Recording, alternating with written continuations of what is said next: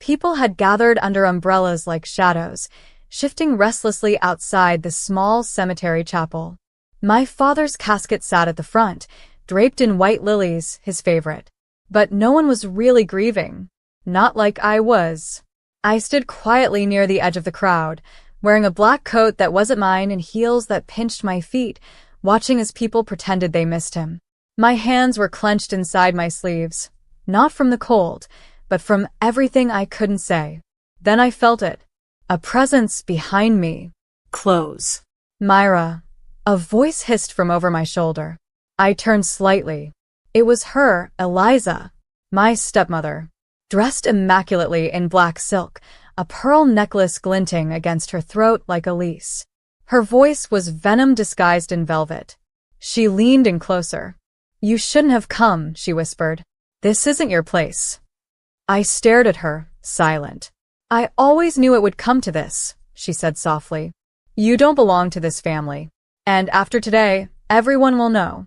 You're adopted, Myra. And you'll never get a penny of the inheritance."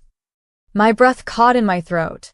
Eliza smiled faintly and stepped forward toward the casket, dabbing her eyes with a tissue that remained dry. People turned as the priest began the closing prayer. I stood there, unmoving, her words buzzing in my ears like a wasp. Adopted? I had never heard that word attached to me before. Never. And now, dropped like a grenade, at my father's funeral. The ceremony ended, but the questions had only just begun. I couldn't move. I couldn't even think. It was like someone had just pulled the rug out from under my entire life. Eliza didn't even glance back as she slid into the limousine waiting at the front of the chapel. But I wasn't going to let it end like that.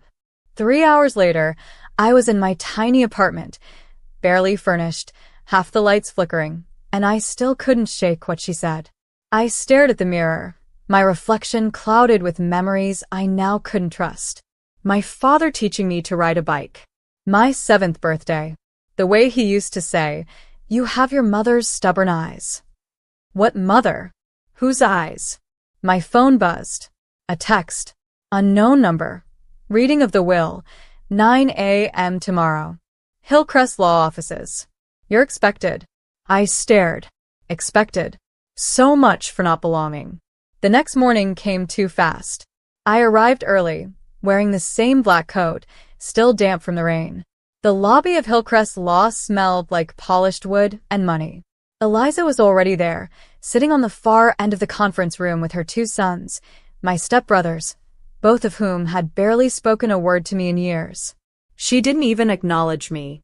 The lawyer entered, a man in his 60s with a solemn face and slow hands. He sat at the head of the table, opened a folder and said, "Thank you all for coming. As you know, this is the last will and testament of the late Mr. Jonathan Ray." Eliza nodded, her eyes closed like she was preparing to receive a crown. I sat still, my hands trembling in my lap. Mr. Ray made several changes to his will shortly before his passing, the lawyer continued, glancing over his glasses. "Some of which may surprise you." Eliza shifted, her brow twitching. He reached into his briefcase and pulled out a thick sealed envelope. It looked worn, like it had been handled too many times. The lawyer cleared his throat. "Before we proceed with the distribution of assets, Mr. Ray asked that this envelope be handed directly to Myra." Silence fell like a hammer. Eliza's face paled. "What?" she snapped. The lawyer ignored her. He stood up and walked toward me, placing the envelope gently into my hands. And right then, Eliza collapsed back into her chair, her face draining of color like a glass being emptied. Everyone stared. I opened the envelope slowly, my fingers numb. Inside was a handwritten letter. My father's handwriting. The room faded around me as I began to read. "My dearest Myra, if you're reading this, it means I've gone before telling you the truth. You are not my biological daughter, but that doesn't make you any less my child. You were left at my doorstep by someone I once trusted. I chose you. I raised you. I loved you more than life. And everything I have goes to you." The sound of Eliza's bracelet clinking against a table echoed louder than it should have. I looked up from the letter, and the air in the room had changed. Tension curled like smoke around us. Her lips were parted, hands trembling as she reached forward like she might grab the letter out of my hands. You can't be serious," she stammered at the lawyer, her carefully sculpted composure cracking. "Jonathan would never. She's not even his blood." The lawyer gave a patient, tired look. "Mrs. Ray, as I mentioned, your late husband amended his will last fall. He made his intentions very clear. Everything, his house, stocks, savings, and business shares, are to go to Myra." Gasps. Even her sons looked stunned. "No," Eliza hissed, her voice now low and bitter. "He didn't even tell me. That's not legal. I was his wife." The lawyer calmly folded his hands. He consulted me directly. "We filed it with the state. It's entirely legal." Eliza stood up abruptly, her chair screeching backward. Her voice trembled with fury. "She's a stray. She doesn't deserve it." My voice came out soft but firm. "He did tell me I had his eyes. I guess he meant the ones that could see through lies." Eliza's eyes flashed. That was the first moment I ever saw fear in her. She wasn't just angry. She was cornered. And for the first time, I didn't feel small in her presence. Outside the law office, the air smelled like old leaves and city dust. I stood on the steps, letter still clutched in my hand, watching her walk away quickly, dragging her shocked sons behind her. She didn't turn around, didn't shout another insult. The power she had always carried seemed to slip off her shoulders like a coat that no longer fit. A car pulled up beside me, a sleek, black town car. The driver stepped out. "Miss Ray?" I blinked. "Yes." He nodded politely.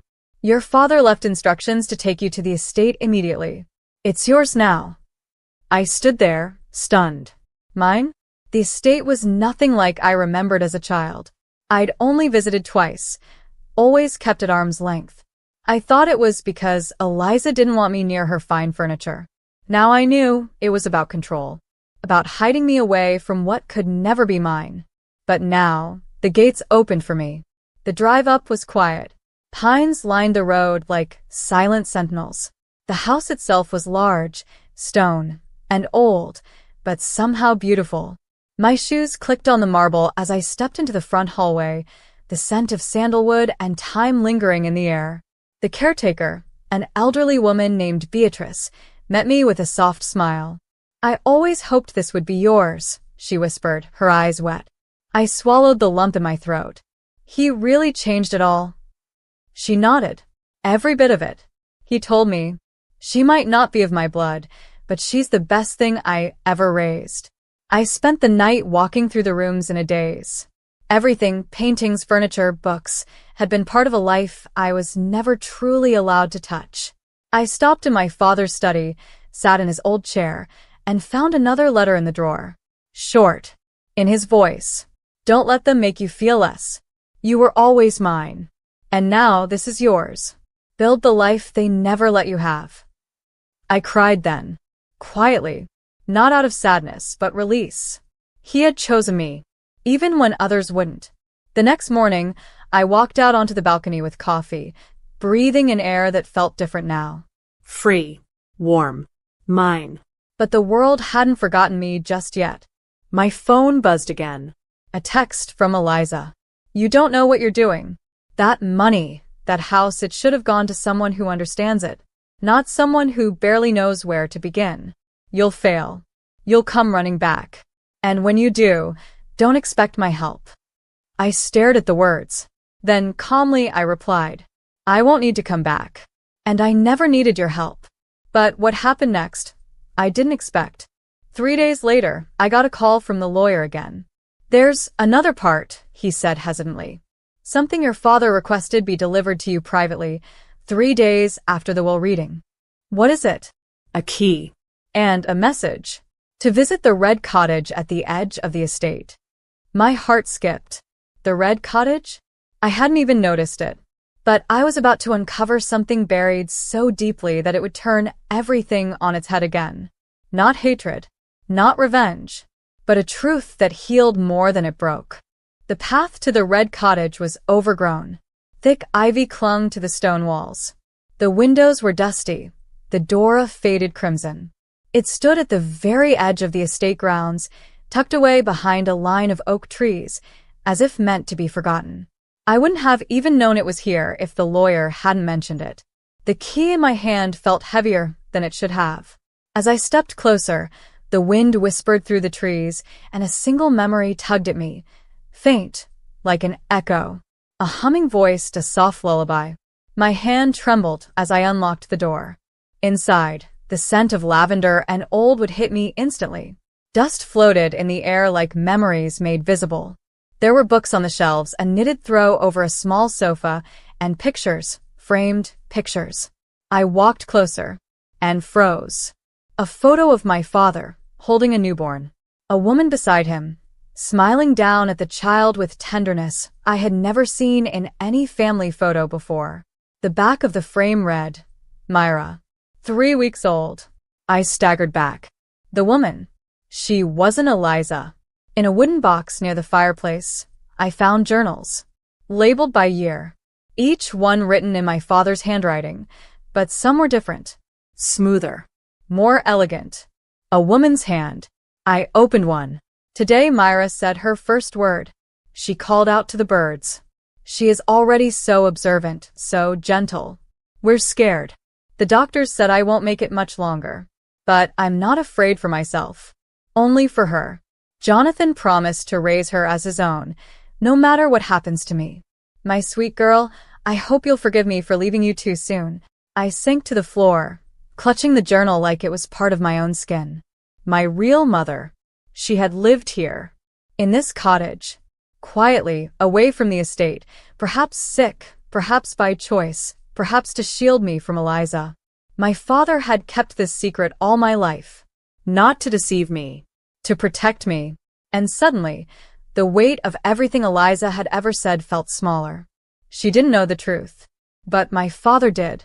And he had held on to it all these years, not to give me ammunition for revenge, but to give me peace when I was strong enough to carry it. Later that evening, I sat outside the cottage, the sun setting behind me, reading more of the letters. One was addressed to me, unopened. Myra, if you ever find this, know that your mother was the kindest soul I ever knew. She wanted you to live freely, without burden. I promised her I'd love you without condition. And I did. I always will. Eliza didn't know about her. I didn't tell her, because she wouldn't have understood love that wasn't transactional. I cried softly, the kind of tears that come from wounds you didn't know were still bleeding. Back at the main house, the staff welcomed me differently now. With warmth. With a strange sense of respect I'd never felt before. Beatrice brought me an old necklace the next day. Your father asked me to give you this when you were ready, she said gently. It was a pendant. Inside was a picture of the same woman from the red cottage. I wore it under my shirt that day. Close to my heart. The next few weeks were quiet, but not idle. I began organizing the estate. I reviewed the business holdings my father had left. Apparently, he still owned 40% of a small but powerful logistics firm. I took meetings, learned quickly, and I started putting things in motion, repairs to the cottage, community outreach programs in his name, a scholarship for girls in foster care. I wasn't doing it for Eliza. I was doing it for the girl they once tried to hide. For the girl they said didn't belong. Then, one afternoon, I received a letter in the mail. It was from one of Eliza's sons, Jared, the elder. It was short. Honest. I didn't know about any of it. I'm sorry we treated you the way we did. I don't blame you for walking away. I hope someday you'll let us try again. Maybe not as family, but as people who could have done better. It surprised me. Not because he apologized, but because it didn't sound like pity. It sounded like growth. I replied with just one sentence. People who could have done better still can if they mean it. The world didn't shift overnight, but something inside me did. Not revenge, not triumph, but peace. For the first time, 3 months had passed since the will reading. 3 months of transformation both around me and within me. The estate, once cold and ruled by silence, had started breathing again. The halls echoed with the sound of real life now. Not parties for appearances or meetings full of judgment, but laughter, restoration, and healing. I had kept the red cottage just as it was, with only gentle repairs to preserve its soul. It became my retreat, a place to remember my mother, to remind myself that even love, when hidden, can leave deep and lasting footprints. But just as life was beginning to make sense again, the storm returned. It started with a knock on the front door one morning. I had just finished signing off on renovations for a nearby community center when Beatrice hurried in, her face pale. It's Eliza, she said quietly. I stood slowly. Outside, standing in the rain like a specter, was the woman who had once told me I would never be anything. Her makeup was smeared, her hair no longer perfectly set. For the first time in my life, she looked human. Not polished, not cruel, just tired. I stepped outside, letting the rain wash over both of us.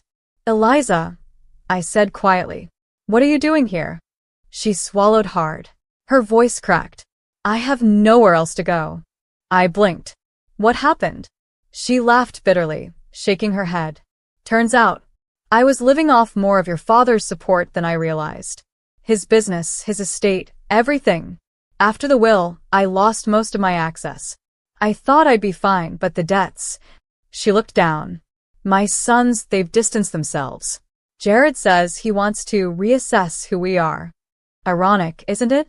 I raised them to chase power. But now they're ashamed of how I treated you. There was silence between us. And I felt it.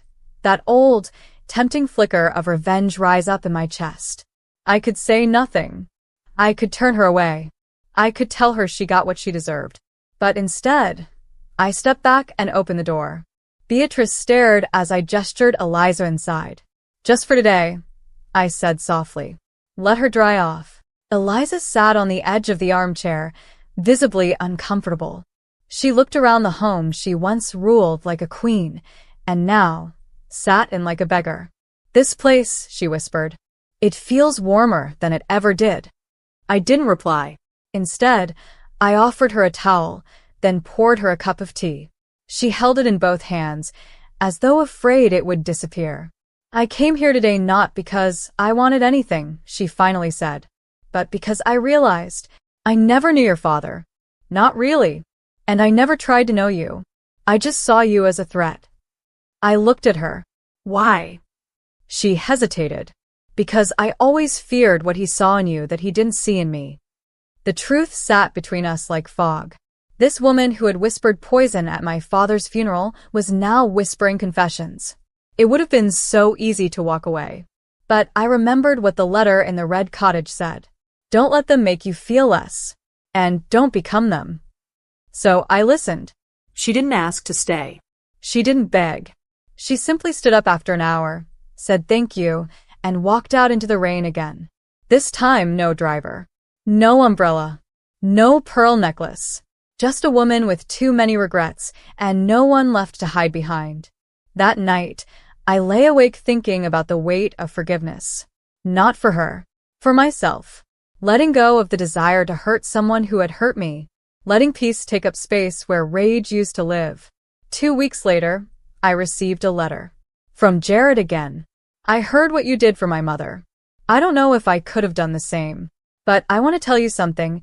You've changed more than this house. You've changed us. I hope someday you'll let us be part of your world again. I stared at the words. Then, without hesitation, I picked up my pen and wrote back. I'm not ready for that door to open completely, but I've left it unlocked. Meanwhile, I focused on the one thing that truly mattered now. Giving back. My father had left behind more than land and money. He'd left the roots of a legacy. I started a program in his name called Second Chances, designed to help young women aging out of foster care. Scholarships. Housing. Mentorship. People began to take notice, not of the scandal that had surrounded my inheritance, but of the quiet transformation happening inside these gates. Then, one day, standing in the red cottage, watching the late autumn leaves fall outside the window, I saw a girl, no older than 16, clutching a backpack at the gate. Her name was Sierra. She had read about the program online. She had nowhere else to go. I let her in, the same way someone once let me in. Sierra's arrival was quiet, just like mine had been years ago. No big story, no dramatic entrance, just tired eyes and a hopeful smile hiding beneath fear. I didn't ask questions. I gave her a room, a warm meal, and silence when she needed it. Over the next few weeks, she started to come alive, slowly. She asked about the garden, helped in the kitchen, and one afternoon, while watching the sun set from the red cottage porch, she whispered, "You make it feel like home." I smiled. That's all I ever wanted to build. Eliza never came back after that rainy visit, but she did send a small envelope weeks later. Inside was a single folded photo, me as a child, laughing on the estate lawn. On the back, a handwritten note. "I should have known you were his heart the moment I saw this." No signature. Just that. I didn't frame the photo, but I kept it. The program grew. Sierra wasn't the last girl who walked through those gates. Dozens followed. Each one brought her own story, her own pain, her own strength. And I gave them what I never had growing up in that house, belonging. One day, while standing at the old iron gate, Jared arrived again. He didn't ask to come inside, just looked at the house and said, "I get it now." I nodded. "Takes time." He paused. "Still, if there's ever space for a new chapter, I'd like to be part of it." I didn't promise anything, but I smiled. Years later, people would ask how I turned pain into purpose, how I forgave the ones who broke me, how I built something out of everything they tried to bury. And I always said the same thing. I didn't come from power. I came from love.